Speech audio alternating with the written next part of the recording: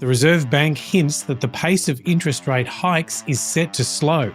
Australia has its largest number of days lost due to industrial disputes in 18 years, and why Amazon is scaring the big US TV networks.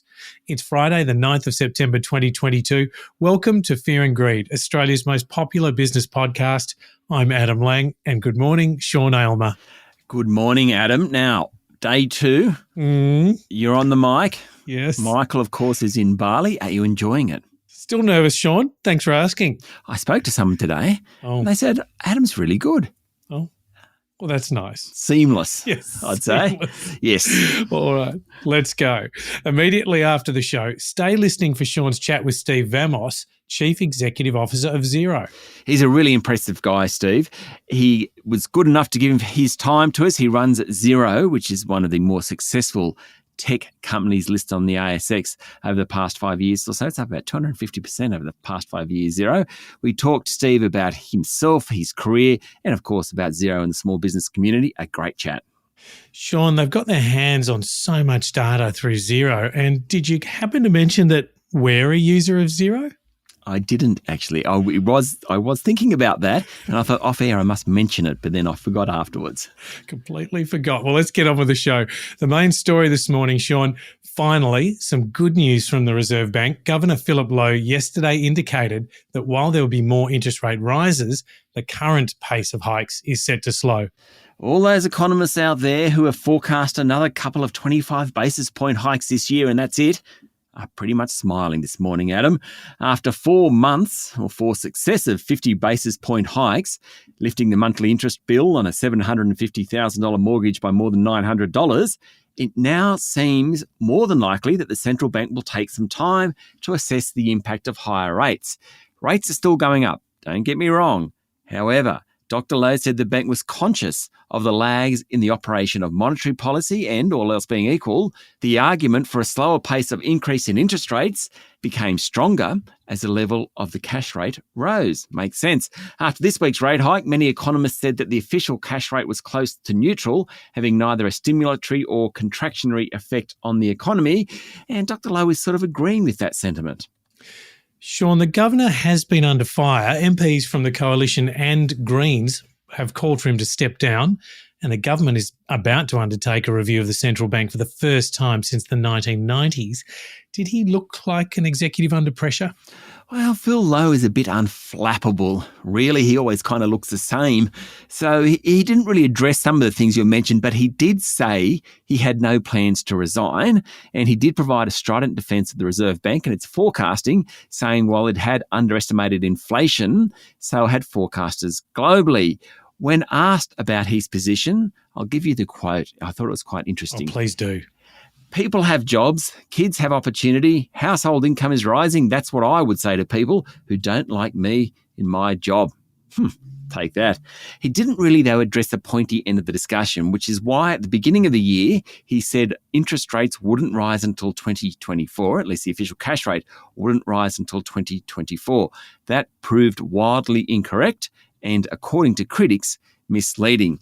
Dr. Lowe is also steadfast on the concept of inflation targeting, which the central bank has followed for years, though he said he is open to discussion about whether 2 to 3% is the appropriate target range. Sean, and you know this as well as anyone, managing the economy is clearly no easy task. Absolutely, especially right now. Now, Dr. Lowe mentioned 3 uncertainties that were particularly relevant. First, overseas influences, including high energy costs, the prospect of lower growth in the US, and the Chinese government's approach to managing COVID-19. Second is how Australians adjust to a period of inflation, what Dr. Lowe called inflation psychology. And the third big source of uncertainty at the moment is how households respond to rising interest rates for the first time in 12 years.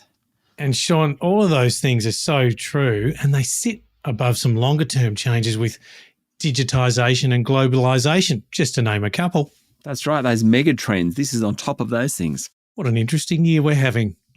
Absolutely. Now, that was quite a change in tone. So how did the local markets respond?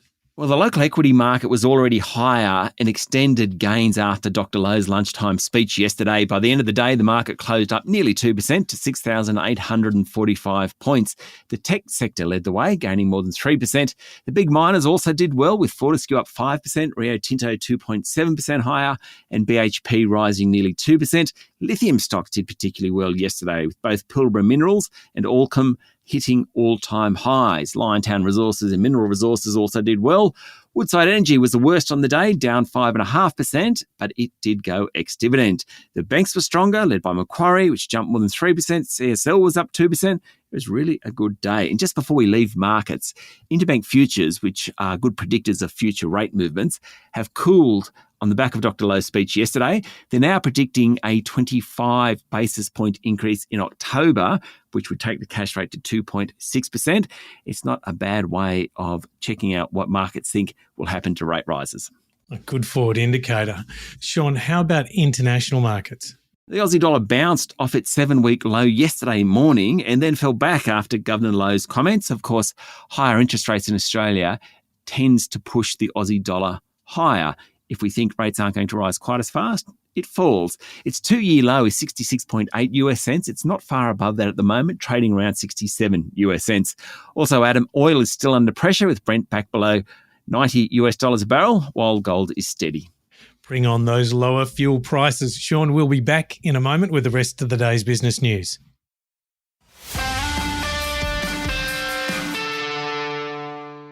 The number of days lost to industrial disputes across the country last quarter was the most in 18 years. Yeah, quite incredible. Australia has had a relatively calm labour market for, I was going to say several years, but it's really a decade or so, but not in the June quarter, with a loss of 128,100 days. Now, with the election of the Albanese government, the Job and Skills Summit, the ending of the pandemic and the push towards multi-employer bargaining, not to mention a very low unemployment rate, there's plenty happening in the labour market. The spoils of success should be shared between owners and shareholders and workers, and industrial disputes are part of the negotiation between those groups in many cases. In the June quarter, there were 52 new disputes, up from just 22 in the March quarter, and about 20% more employees were involved. The sectors hit most were education and training and healthcare and social assistance. I dare say we're going to see a lot more of it. Sean, Federal Treasurer Jim Chalmers is readying the electorate for a tough budget next month and then again next year, nominating a number of sectors that need close scrutiny. That's right. His first budget next month will mostly focus on election promises, including $5 billion of extra childcare subsidies. It will also start to repair the nation's $1 trillion gross debt problem. The areas which he said Australians needed to make sure they value are NDIS, aged care, hospitals and defence. Of course, they're the biggest spending parts of the budget, along with servicing the debt. Dr. Chalmers said Australians need to face up to the challenge of our spending, and we need greater transparency across what we're spending on. Sean, Australia's trade surplus narrowed sharply during July thanks to lower export income and more overseas travel. Yeah, look, it just seems like on trade, we've just been saying the surplus has been getting bigger and bigger and bigger.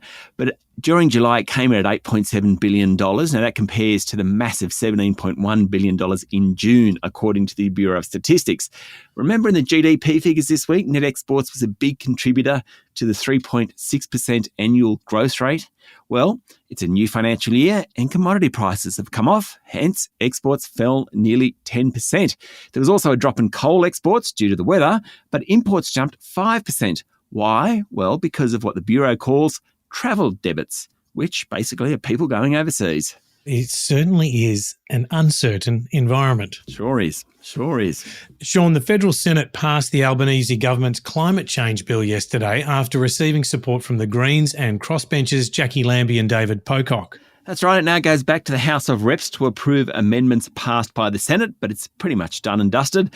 That means an emissions reduction target of 43% by 2030 will be enshrined in law. Nearly there, Sean. Could be clarity at last. Could be. It's been an incredibly long journey, this one. Fintech Tyro Payments, which is chaired by former Telstra boss David Thodey, has rejected a $658 million takeover offer from a Potentia Capital-led consortium. Yeah, I like this story because of the names in it. Now, the actual takeover offer, so we've got David Thodey. The takeover offer was a 30% premium to its last close price. One of its big shareholders is Atlassian's Mike Cannon-Brookes. He actually agreed to sell his stake at that price, absent a higher offer, but that really wasn't enough to get the board of Tyro Payments across the line, though the bid did push up Tyro's share price by 28%. Mr. Thodey said the private equity offer was highly conditional and undervalued the company. Less than 2 years ago, Tyro was trading at more than 3 times the bid level, but it's really struggled through the pandemic. Sean, staying in mergers and acquisitions territory, the competition watchdog won't oppose the proposed acquisition of Link Administration Holdings by Canadian group Dye & Durham. This one's been going on for a while. Yes, well, the Australian Competition and Consumer Commission decision was always the fly in the ointment of this deal, and really the reason why Link has been trading at a discount to the offer price. But the ACCC has accepted a court-enforceable undertaking from Dye & Durham that it will divest its existing Australian business that competes with conveyancing group PEXA. Why do we care about that? Because Link owns 43% of PEXA. If Dye & Durham took Link, it would then get PEXA as well as the competing business. By divesting, Dye & Durham has been able to keep that shareholding that Link owns in PEXA. Link's share price jumped more than 6% yesterday. It looks like the deal will get done. And Sean, there's another potential takeover, and this one is in the building materials sector. Oh, I just love this story. Now, according to the Financial Review, Washington H. Sol Pattinson-backed Brickworks, so Brickworks is the largest brick maker in the country, is taking a stake in an ASX-listed tiddler, FBR. FBR is a Perth-based robotic company and creator of Hadrian, which they say is the world's first fully automated, end-to-end robotic bricklayer. Oh, brilliant.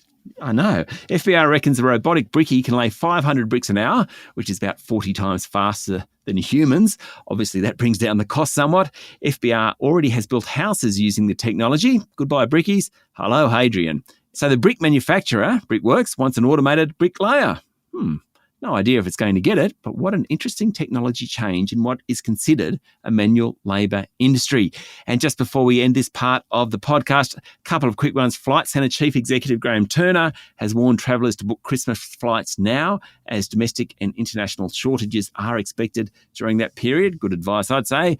And the Transport Workers Union has called off strike action that threatened to disrupt up to 30 airlines from Monday after major baggage handling supplier Donata agreed to lock in a 4.6% pay rise next year.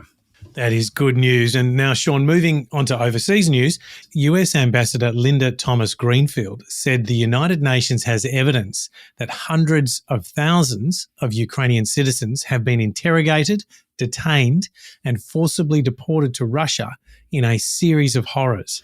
Russia immediately dismissed the allegation as fantasy, calling it the latest invention in a Western disinformation campaign.